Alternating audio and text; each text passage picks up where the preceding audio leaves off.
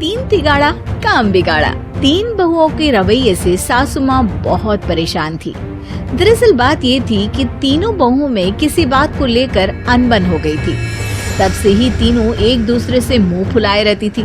ना कोई सीधे मुंह किसी से बात करती, ना किसी का कहना मानती। पड़ोसी भी इस बात को जानते थे और जाने कैसे कैसे बातें भी करते। इसीलिए सासू माँ ने तीनों बहुओं को तुरंत अपने कमरे में बुलाया।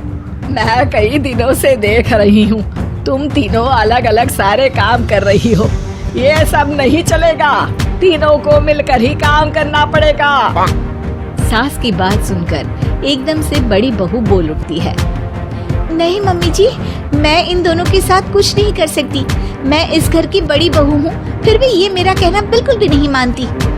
अरे जेठानी जी, जानबूझकर मुझे डबल काम करवाती है आप। और छोटी मुझसे टेढ़े मुंह ही बात करती है।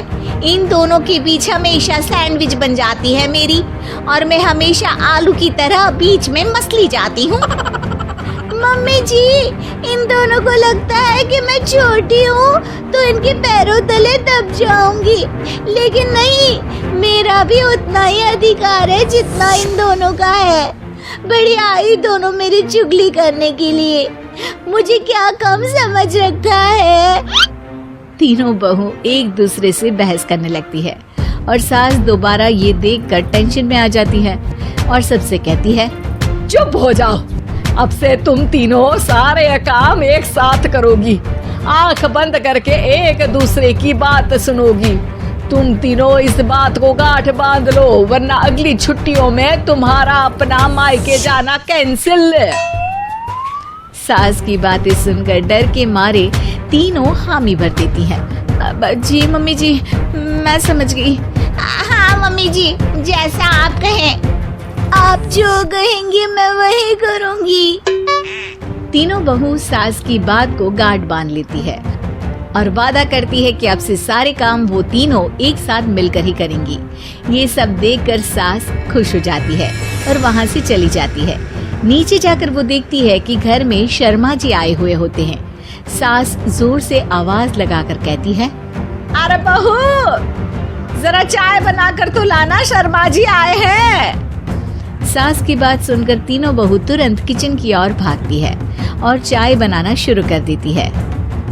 मुझे तो एकदम मसाले वाली कड़क चाय पसंद है, तो हम शर्मा जी के लिए मसाले वाली चाय ही बनाएंगे। अरे नहीं दीदी, गर्मी के मौसम में मसाला चाय कौन पीता है? मैं तो शर्मा जी के लिए इलायची वाली चाय ही बनाऊंगी। ये कैसी बात कर रही हैं आप दोनों?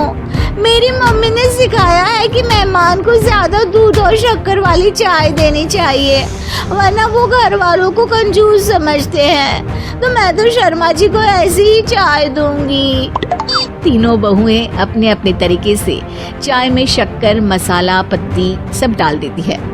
उबलने के बाद तीनों मिलकर चाय बाहर लेकर जाती है और शर्मा जी और सासू माँ को देती हैं। चाय पीने के बाद शर्मा जी सासू माँ को देखकर शर्मा जाते हैं और शर्मिंदा महसूस करते हैं कि आखिर उन्होंने चाय पीने के लिए हामी क्यों भरी। सासू माँ भी चाय पीना शुरू करती है और कहती हैं, अरे बहू, ये कैसी चाय बनाई है? चाय है या मीठे दूध की बासुंदी? हाँ, चाय अच्छी नहीं लगी क्या? कोई बात नहीं, हम पराठा बनाकर लाते हैं। चलो चलो अंदर। हाँ हाँ चलो, हाँ आती हूँ मैं भी।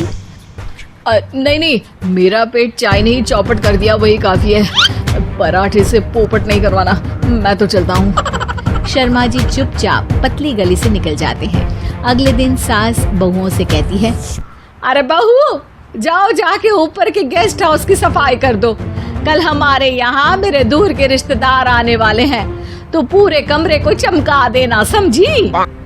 तीनों बहू सास की बात को मानकर ऊपर सफाई करने चली जाती हैं और तीनों कमरे की सफाई चालू कर देती है।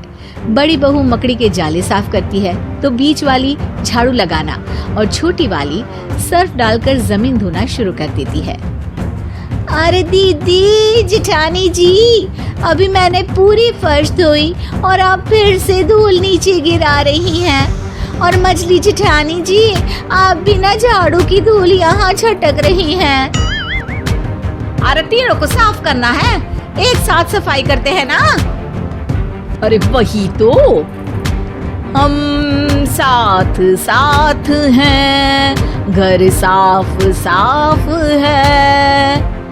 तीनों बहू ऐसे ही काम में उलझ जाती है और 2 घंटे तक एक ही कमरे की सफाई करती रहती है। बहुत देर से अपनी बहुओं को ना देखने के कारण सास ऊपर कमरे में उन्हें देखने जाती है, लेकिन कमरे में घुसते ही वो गीली फर्श पर फिसलने के कारण नीचे गिर जाती है। ओरी मोरी मैया, हड्डी मरोड़ के रख दी। आए मेरी तो कमर ही टूट गई रे। तीनों बहुएं सास को उठाती हैं और बिस्तर पर सुला देती है। अरे मेरे हाथ पैर दर्द कर रहे हैं, दबा दो आराम मिलेगा। हाँ जी माँ जी। अरे जी माँ जी माँ जी। और तीनों बहुएं एक साथ सास के हाथ को दबाना शुरू कर देती है। माँ की तो चीख ही निकल जाती है और नतीजा ये होता है कि सास के बचे हुए शरीर में भी दर्द उठ जाता है। हाय राम, ये क्या कर दिया तुम तीनों ने। अरे मेरी तो किस्मत ही फूटी है कि तुम जैसी बहुएं मुझे मिली। हे भगवान, पूरे शरीर में दर्द बढ़ गया है। अब तो पता नहीं कि चल भी पाऊंगी या नहीं। माफ करो, मुझे गलती हो गई मुझसे कि तुम तीनों को एक साथ काम करने के लिए बोला।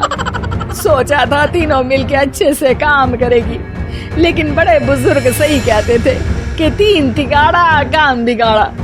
तुम लोगों ने ये बात ना आज साबित करके दिखा दी। तुम तीनों को तो समझाना यानी मानो भैंस के आगे बीन बजाना है। तुम्हें अकेले अकेले काम करना है ना, तो अब से तुम अकेले ही अपना अपना काम करो। तीनों बहुएं वहाँ से जाने लगती है। अरे कहाँ जा रही हो?